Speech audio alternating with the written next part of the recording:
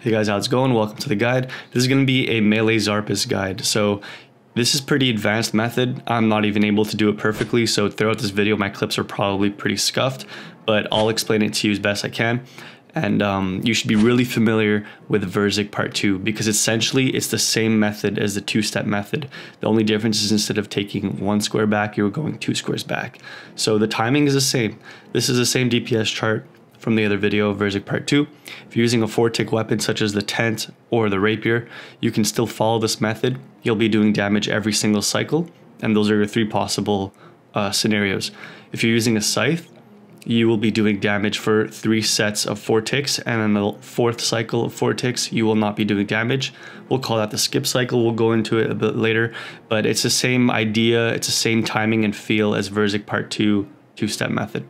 This is a little layout of the room I got here. These squares are not exactly perfect. I'll get into the pathfinding mechanics and cornering later on in the video. I'll also do a DPS comparison with different setups at the end of the video, so you can skip to that if you want. However, for now we're going to talk about the timing. So the 4th tick of each set of 4 ticks is the dangerous tick right here. So if during the dangerous tick, which is during Xarpus turns, I'm next to Xarpus, he's going to poison splat right next to him in melee area, and your team's not going to appreciate you very much. So in order to avoid that, you want to make sure that during the dangerous tick you are stepping backwards. Any red square will work, and you want to reuse the same square as much as you can before moving to the next red square, just so that you can maximize the use of the area of the arena. So typically you can recycle the same square the same amount of times as there are people in the raid. So if you're in a 4-man, typically you can use the same square 4 times. And I don't do this perfectly in all the clips, but I'm really just showing you the timing for now. So let's get into each little cycle more specifically. So we'll call these the first cycle, and this is where you're doing damage on the first tick, so you're getting your XP drop when you're clicking on XZACT.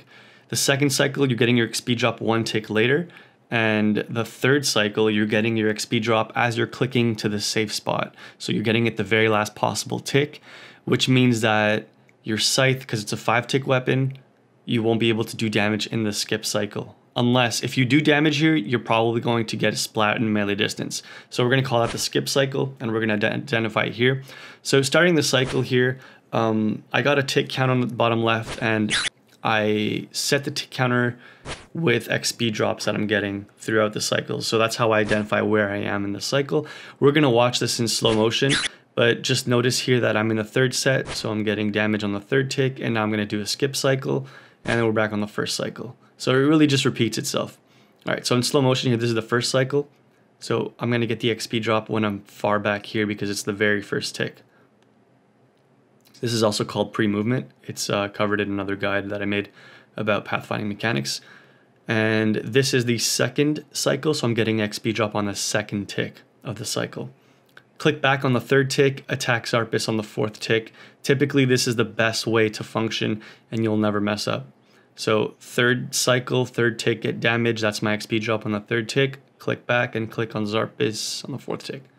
So this is my skip cycle because it's the 4th cycle. Click back on the 3rd tick, attack Xarpus on the 4th tick, and you're in the clear. The dangerous tick, another way to identify it, it's the tick right before the poison splat lands, and not any poison splat, the one that Xarpus throws at you directly. Alright, so this is the 2nd cycle. Click back on the 3rd tick, click on Xarpus on the 4th tick. This is the 3rd cycle, so I'm going to stand next to Xarpus for 2 ticks and do nothing. And the 3rd tick, I'm going to do damage as I'm stepping back. It's very important that you step back immediately because then Xarpus turns and now he's looking at me. So he's going to throw a poison splat. I can technically use the same square. In this case, I didn't. But you'll notice that the tick following that I'm in the safe spot, that poison splat lands, so I don't get hit by it. So in this case, right here, I step back too early, so I compensate by waiting a tick in the safe spot. Essentially, during the yellow ticks that you saw in the diagram previously, you can be anywhere you want. So even if you click back early, the only risk is like neighboring splats that land next to you because of other players, and I'll get into that later. So if you do mess up, you can just stand back in the safe spot and wait for Xarpus to turn and attack him while he's turning. If you were to, like in this example, I attacked him right as he turned, so I landed on the 1st tick of the 1st cycle. if I was one tick late when I clicked on him, I would only land on the second tick on the second cycle. So it's not a big deal, you're losing DPS, but it is what it is. In this scenario right here, I'm attacking Xarpus after messing up on the third tick of the third cycle. So the following one is a skip cycle. I'll get into that in slow motion now. So basically what's going on is I'm jumping in the cycle in the third tick, third set. So I know that I need to be back in the next tick, which is why I went back. And I'm going forward now, but it's a skip cycle because I just attacked with my scythe and my scythe is still reloading. So yeah. And then you restart from 1-1. So you just have to know where in this cycle you're jumping in and then just adapt. And that's basically what's going on here. So if you mess up, just stand back and then reset. You can reset if you jump in the middle of the cycle and you can identify it, good for you, keep going. Right now I'm in the third set, and for the first and second tick, I'm not next to Xarpus. I only attack him on the third tick, which means I'm on time, but I'm spending more time in the safe spot than I am next to Xarpus. It doesn't matter because those ticks are not damage ticks. So if you're not consistent with your timing, if you can easily recognize where you are in the cycle, you can kind of problem solve and just figure everything out on the spot. So now I'm restarting the cycle because I had messed up and the corner was really scuffed. So as far as timing, that pretty much wraps it up. It becomes muscle memory. So if you're used to using a 5-tick weapon on a 4-tick cycle, this will be familiar. And it takes a lot of practice. I still don't have it perfectly yet. I make some mistakes every now and then. But we're going to talk about how to get a perfect start. So this is inspired by Wooks. And this is my friend Dio right now. So what you do is your first hit is going to be a scythe. Second hit is a hammer. And that's how you get in the cycle right away. And we're going to watch it in slow motion so I can really explain what's going on here. Alright, so at the beginning you get ready to attack Xarpus on the very first tick with your scythe. So on the first tick, attack. Then you stay next to Xarpus and you get your hammer out. Now when you attack with your hammer, you need to click back as if it's a 3-3. So you click back as you get the XP drop. If you're too late here, he will splat you right next to him in melee distance, and I'll show you an example of that later on. So because you use the hammer, which is a 6-tick weapon, you're going to have to skip right after, and then your damage is going to come in right away. And you're basically in the cycle already. You're just changing weapons. Your weapon speed is changing, so you're doing DPS at different ticks, but once you do an attack with your scythe, it normalizes. So your second attack with the scythe is going to be on the 3-3, and then this is an example where I'm too late. So first tick with the scythe, no problem. Whip out the hammer, attack with the hammer, click back.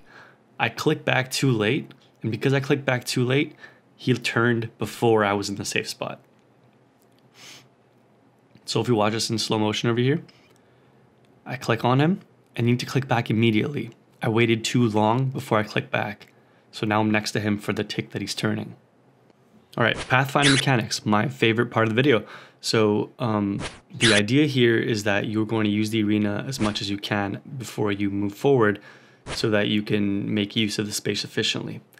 Taking the corner will help you in certain cases and kind of mess you up in other cases because of the way that pathfinding mechanics work. I'm going to explain that. Let's just identify these corner tiles that are indented inwards as corner tiles, just for the sake of the video. All right, so you want to take these corners in the direction that you have over here for each corner. However, you can't always do that. Half the time you're going to be going against the arrow. So that's when you need to think about your pathing. So in order for this to occur the least amount possible, you want to start where the green squares are or around that, and then go in the direction that the arrow is pointing in order to maximize your path before you hit a corner that is not optimal. So this is an optimal corner because you're going from east to north. So I'm going to zoom in here and show you exactly what's going on. When you hit that diagonal and then you go back to that corner tile, when you click on Xarpus, your L shape will help you to transition to the next side. This is very important because you don't lose any DPS. So these are examples where I'm just doing it to show you how it's helping me change sides. Obviously there's a lot of poison, it's very scuffed, but I just want to show you how it works. So when I go on the corner tile, now it helps me transition to the north side or the south side. This doesn't work when you're doing the opposite. So in this diagram here, I'm showing you the opposite, where I'm going from north to east or north to west, south to east or south to west. So because you're going in the opposite direction, the pathfinding mechanics don't allow you to change sides. Like in this example, I'm staying on the south side. So you have to manually overcome this. In order to go and transition onto the west side in this case, I need to click on one of these squares with the X on it. Now you won't lose DPS if you do this on the first or second set, but if you're doing on the third set, you're going to be skipping an attack. You can pause the video if you wanted to better understand that, but I'm going to move forward because it's a very small detail just to save a bit of DPS. So you do take damage from splats coming from your teammates, depending on how many teammates you have and where they're standing at the exact time that Xarpus is on the dangerous tick. So once he screeches, it's 8 ticks before the second part starts, where he reflects damage to everyone. And when he's reflecting damage, you can do 2 hits on one side if you're tick perfect, and then you can do 1 hit on another side. So also don't forget to stamina before you start running around and lose energy. This is going to be the DPS chart that I was talking about, and you can see I have all the setups here, bandos and void. You also have range void here, and it's assuming that you have maximum gear with a boot switch without a ring switch, because no one really brings a ring switch, at least not as far as I know. And if you're in a 4-man team, typically you'll get 6 to 7 hammer specs. So in a 4 times 4 tick cycle, which is 16 ticks, this is the damage output you get. Is it worth using the scythe for an extra 5 damage? Maybe not in a 4-man team unless no hammers hit, but in a duo, trio, or solos, it definitely is worth it. So I hope you guys enjoyed the video. I hope you learned something from it. I learned a lot making this video, and had a lot of fun doing it. So yeah, I thank all my teammates for enduring me while I was learning this method. Messed up quite a bit, and I want to thank Dio for giving me advice as always. I always go to him when I make these guides and want to make sure what I'm saying is accurate. Also want to thank Yuri Chan for giving me some advice, because he's been doing this method for a while now. Feel free to leave some comments, questions, anything you want me to answer. I'll try to get back to you as soon as possible. Add me in game if you want to talk to me in game. And yeah.